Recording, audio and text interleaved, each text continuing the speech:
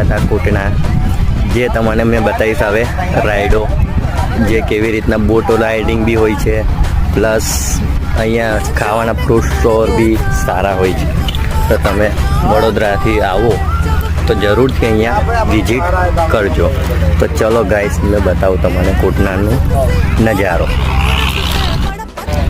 જોઈ શકો છો ગાઈસ, અહીંયા મજાથી આવ્યાનું બોટ રાઇડિંગ બી એટલું ગજબ છે, હવે ના પૂછો વાત. એટલે અચૂકથી તમે અહીંયા વડોદરા નજીક હોવ તો કોટણા આવવાનું ભૂલતા નહીં.